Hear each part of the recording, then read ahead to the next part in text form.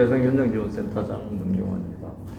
제가 센터장 맡은 지가 이제 1년 6개월 정도 되는 것 같은데, 센터장 오기 전에 이제 정림동에 대한 많은 얘기를 들었어요. 첫 번째 들은 게 뭐냐면은, 정림동은 그 공동체가 활성화가 많이 돼갖고 주민들이 여러 가지 주민 공동체 사업, 주민 모임 되게 활발하게 이루어진다는 얘기를 들었습니다. 그래서 느낀 게, 그 도시 재생에서 가장 중요한 것은 그 주민과 그 공동체가 그 중심이 돼야 되거든요. 그러니까 공동체의 주역도 주민이고, 그 공동체를 이끌어 나가는 힘도 주민이고, 또 정림동이라든가 어떤 동네가 있기 위해서는 주민이 있어야 되거든요. 그러니까 도시 재생에서 가장 중요한 것은 그 주민 참여가 가장 그 중요하다고 봐요. 그래서 센터장을 그 맡고서 일을 하다 보니까 정말로 정림동은 다른 데보다도 주민 공동체가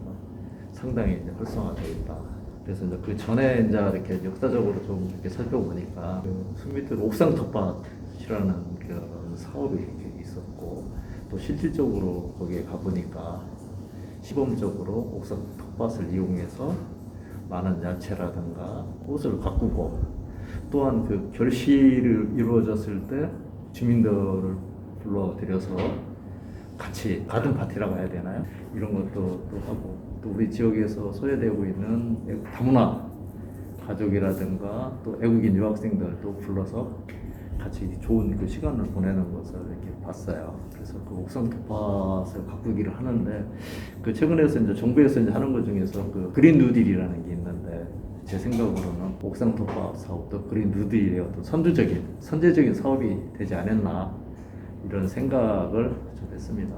예산 받았던 거는 도시재생 초기 사업화 지원 공모명이었어. 그때 참여했던 주민은 실제 명수를 제가 뭐 딱 몇 명이라고 한정할 수 있지만, 워낙 막 어느 일정 기간을 함께 하는 형식이 아니었고, 우리가 수행기관이죠. 그러니까 숲밑들 옥상 텃밭을 설치하고 운영하는데 주민들이 참여 의사를 여쭤서 거기에 동참한 사람들 명단을 직접 한 것이 아니고, 즐거운 사회적 협동조합의 비영리 단체가 신청을 해서 지원금을 받고 수행을 한 거죠. 그렇죠. 취지는 지역 주민들에게 이것을 사실은 많이 알려서 함께 하고자 하는 취지를 가지고 그렇게 노력을 했습니다. 그래도 한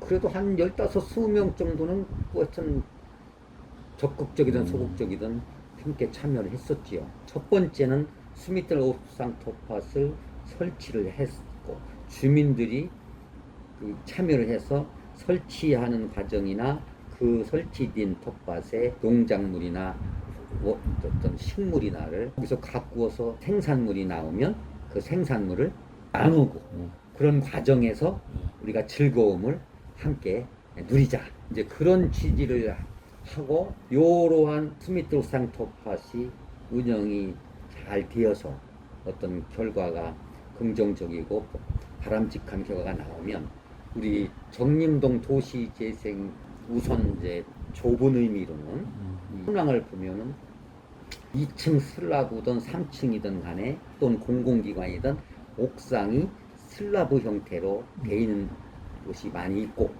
그곳이 대부분 그냥 유휴 공간으로 그곳을 활용한다는 것도 있고, 근처에 태양 열을 받아서 복사열 때문에 이 지구 온난화에 많은 악영향을 끼치고, 그래서 이 정림 도시재생 지역에 그러한 개인 건물이든 공공 건물이든 옥상이 있을 때 거기에 숲밑들 옥상 텃밭에 표본으로 해서 확장해가고 이게 많은 곳에 설치 운영이 되기를 바라고 있고, 그것은 지금도 변함이 없습니다. 좀 안타깝게 생각하는 것은 이 지역 주민들이 이 숲밑들 옥상 텃밭에 관심을 갖고 직접 참여해서 같이 씨도 뿌리고 이렇게 관리도 하고 재배도 하고 또 수확도 하고 하는 것을 기대했었는데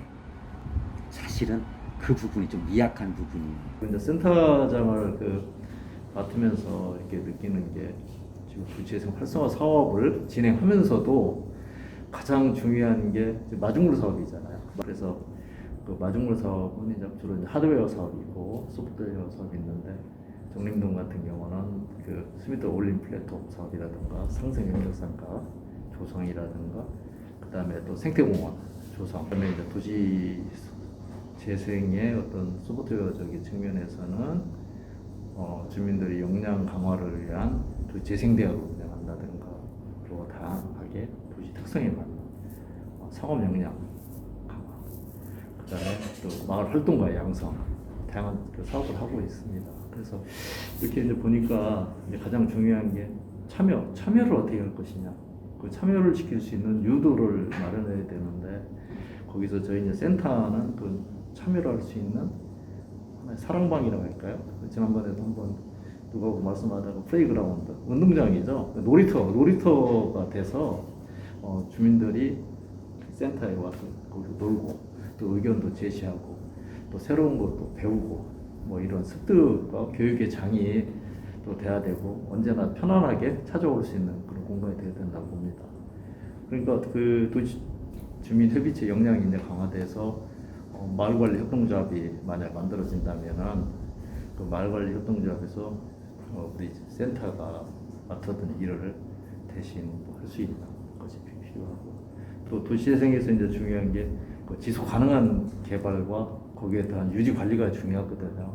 그래서 정림동의 도시재생 이렇게 그 과정을 보니까 소규모 도시 재생 사업을 또 추진을 했어요. 작년에 정부로부터 이제 지원 받아갖고 했는데 거기에서는 수미들 쉼터를 이제 조성을 했고 그 다음에 수미들 마을 방송을 또 시작을 했습니다. 그래서 또 유일하게 마을 방송 협동조합을 만들어갖고 그 나름대로 그 대전 미디어 센터와 활발한 활동을 하고 있고 또 주민들에게 그 미디어에 대한 교육을 또 1개월 정도로 마을 방송의 역할도 중요하고 나중에 우리가 스미트 올리 플랫폼이 만들어졌을 때 그때 스미트 마을 방송이 정림동을 리드해 나가는 하나의 홍보 기관 그 다음에 주민들한테 새로운 소식을 전하고 주민들의 여러 가지 뭐 문제도 받아들이고 또 해결할 수 있는 그런 담당을 하고 있지 않나 이런 생각을 하고요.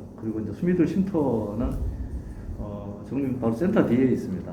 공가 빈집인데 그 빈집을 구입해서 막 잡초가 우거진 것을 저희가 정비를 해갖고 거기에 새로 이제 포장을 한다든가 그다음에 화분 같은 걸 나열해갖고 금년부터 이제 시작을 해서 금년도에 거기서 그 수미들 마을 방송을 중심으로 힐링 음악회라든가 그다음에 또 전시회가 열렸습니다.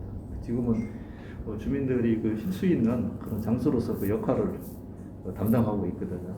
공원, 그래서 주민이나 특히 청소년 아동들이 거기서 교육적인 부분, 힐링 공간, 휴식 공간으로도 사용하면서도 나름대로의 테마가 있고 한국 우리나라에 자생하고 있었던 자생식물 사냐초를 그곳에 축제를 하고 그곳에 학생들이 그런 식물에 대해서 우리가 접할 수 있고 관심을 갖게 되는 그런 우리나라의 자생식물이 거기에 서식하고 자랄 수 있는 그런 공원을 할 텐데 그것을 참여할 수 있으면 하고 싶고요. 그거를 저 혼자만이 아니라 주민들하고 함께 참여하면 좋겠다 싶고요. 마을관리 협동조합을 중심으로 마을이 함께 하고 또 발전해가고 서로 주민들이 정림에 사는 작은 지역에 대한 자긍심이나 자부심을 갖고 사랑하는 마음을 애착을 가지고 해야 되는데 지금 몇 가지를 볼 때에 너무 어떤 그 전문가, 전국에서 최후의 전문가를 참여시키면 좋지만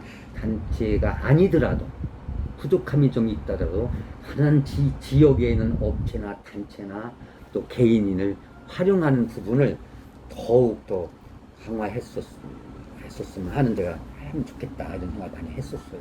네. 고민해요. 그러니까 지금 현재 뭐 스미트 올리 플랫폼이라든가 상생협력상가라든가 생태공원이라든가 이거 다 만들어놨어도 실질적으로 유지 관리 문제, 그 다음에 앞으로 지속적으로 정림동의 발전을 위한 마중물 사업이 될 수 있도록 하기 위해서는 어떻게 할 것이냐. 그래서 그 아까 말씀드린 마을관리 협동조합이 이제 중심이 돼서 이루어져야 되는데 그 마을관리 협동조합을 위한 교육을 지금 25차 교육을 저희 실시하고 있고 그 설립을 위해서 그다음에 실질적으로 그런 경험과 사례를 지금 저희 주민들이 배우고 있습니다. 그래서 향후에 마을관리 협동조합이 정말 정림동의 도시 재생을 활성화 계획 이것을 선도해 나가고 또 정림동의 지속적 발전을 위한 하나의 매개체가 될 수 있는 그런 희망을 갖고 있습니다. 사실 뭐 도시재생에서 이제 제일 중요한 게 그 주민 의견 수렴이잖아요. 사실은 주민들 의견을 반영해서 주민들이 그 한 것을 다 맞다고는 볼 수는 없죠. 왜냐하면 뭐 기술적인 측면이라든가 아까 얘기했던 경제적인 측면, 뭐 재정적인 측면, 사업의 우선순위, 그다음에 사업의 어떤 파급 효과 그런 걸 다 따져서 이제 해야 되기 때문에 뭔가 이 주민들 의견이 다 맞을 수 있다고 볼 수는 없기 때문에 주민들 의견을 최대한으로 많이 수용하고 그것을 정리해서 실질적으로 받아들일 수 있는 것은 반영하는 게 저는 이제 좋다고 봅니다. 근데 그렇게 하는 이제 과정이 그렇게 하기 위해서는 이제 또 훈련도 필요하죠.